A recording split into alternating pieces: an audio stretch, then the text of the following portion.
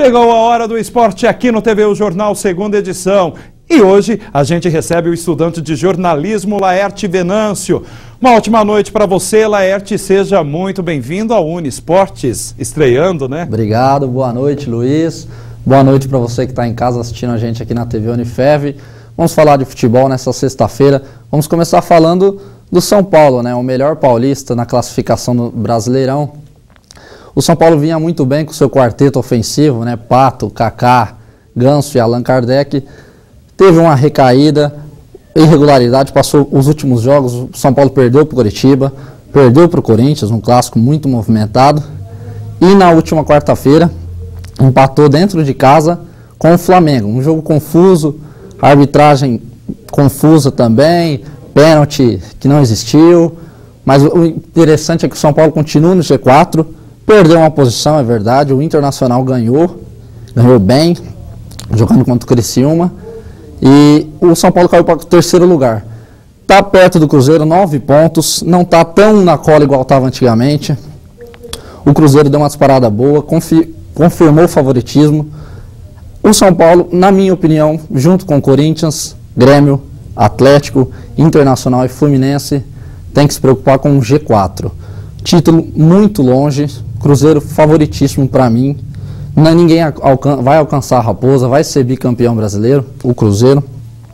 E o São Paulo tem que se preocupar em retomar as boas atuações que estavam tendo no decorrer do campeonato, que elegeu, que fizeram com que o São Paulo fosse considerado pela mídia uma ameaça para o Cruzeiro. Com essa queda que teve nas rodadas anteriores, não se confirmou. O ataque do São Paulo, como eu já disse, é muito bom. São peças muito boas. Ainda tem reposição. Tem o Luiz Fabiano, que está voltando de contusão, que fez gol na quarta-feira. E tem também o Osvaldo, uma velocidade mais pelos contra-ataques para o São Paulo. Só que a defesa, em contrapartida, compromete muito. O São Paulo sofre com os seus zagueiros. O Edson Silva vive uma boa fase.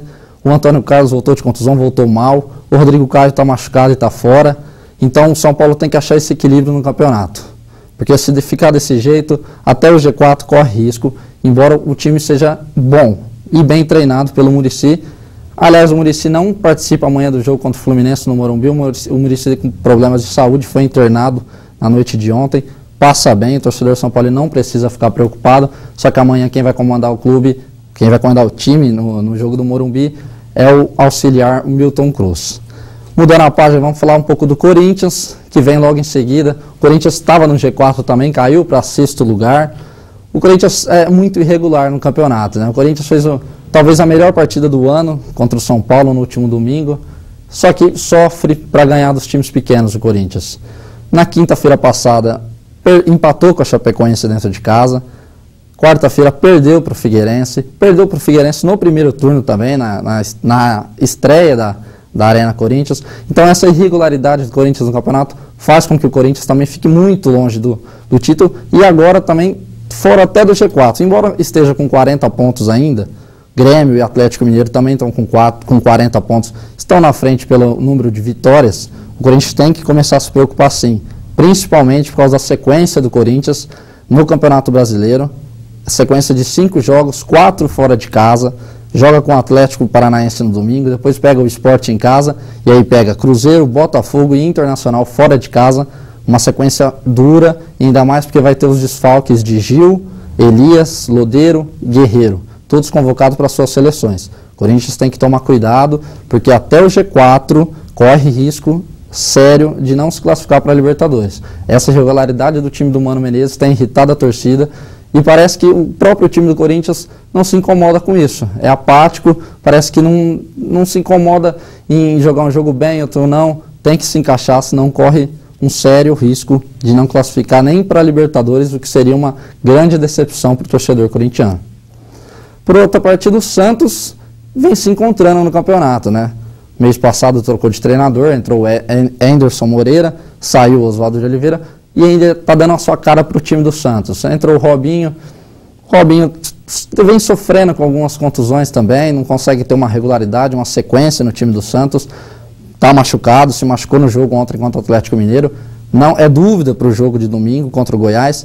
E ontem o Santos perdeu do Atlético Mineiro fora de casa, mas jogou bem. O primeiro tempo deu tudo errado, mas no segundo tempo o Santos mostrou uma reação boa, vem se acertando. O Santos não vence dentro de casa desde maio, fora de casa, aliás, desde maio. Então essa irregularidade do Santos fora de casa, só uma ponta na Vila Belmiro, isso vem prejudicando muito o clube.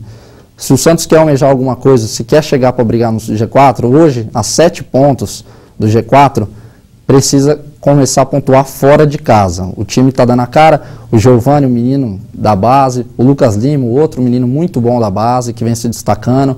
O Santos, como sempre, apostando nas categorias de base do clube. Eu, na minha concepção, na minha opinião, o Santos também não vai conseguir alcançar o G4. O Santos tem que começar a modelar o time para o ano que vem. Porque pode montar, sim, alguns reforços pontuais que precisam na defesa, precisa de um lateral, precisa ali de um segundo volante, porque o Arouca provavelmente vai sair. Então o Santos precisa de alguns reforços pontuais. Só para fechar o Santos, saiu hoje à tarde o julgamento da Copa do Brasil, naquele caso do racismo do Aranha. O Grêmio está realmente punido, está fora, e o Santos vai jogar a próxima fase contra o Botafogo, quarta-feira, o próximo jogo. Na parte de baixo da tabela, o Palmeiras venceu ontem a vitória importantíssima de 6 pontos, os dois times brigando para não cair, mas não foi o suficiente para sair do G4, por causa do Z4, aliás, por causa que o Botafogo também venceu o Goiás em casa. Então o Palmeiras está em 17º lugar, com 25 pontos, ainda está na zona de rebaixamento, mas a vitória foi muito importante para a moral da equipe. E também tem o Valdívia, que voltou a jogar bem. O Valdívia é bom jogador, com a bola no pé ele sabe o que faz. O problema do Valdívia é que parece que a prioridade dele não é o Palmeiras. É contusão toda hora, expulsão, é polêmica fora de campo. O Palmeiras precisa muito do Valdívia e o Valdívia tem que entender isso e tem que começar a ter sequência maior para ajudar o Palmeiras, porque terceiro rebaixamento em 12 anos, no ano do centenário, seria muito ruim para o torcedor do Palmeiras. E aqui na região, só para a gente encerrar o nosso assunto, Votuporanguense, domingo, estreia na segunda fase da Copa Paulista contra a Ferroviária. A Ferroviária que fez uma ótima campanha na primeira fase, era do grupo do CAV, venceu, aliás, os 2 jogos do CAV, tanto fora de casa quanto aqui no Plínio Marim. O CAV, no Plínio Marim, teve uma vitória apenas em casa em 12 partidas, muito mal, irregular, classificou graças ao empate do Mirassol. Então o CAV precisa acertar se quiser sonhar com alguma coisa na segunda fase. Se quiser ter sonhos maiores, tem que acertar o time, tem que começar a jogar bem em casa. Essa irregularidade, soma ponto fora, perde uma, não pode na segunda fase. Os times que estão na segunda fase são melhores tecnicamente do que os da primeira fase. E agora o CAV tem pedreira, vai ser difícil, ainda mais sem o artilheiro do time, sem o craque do time. O Romário está suspenso, foi expulso na última partida, não joga domingo. O CAV vai ter sérios problemas para enfrentar dentro de casa o bom time do Ferroviário, Luiz. É isso aí, eu agradeço a oportunidade de estar aqui falando com vocês. Um bom final de semana, espero que tenham gostado.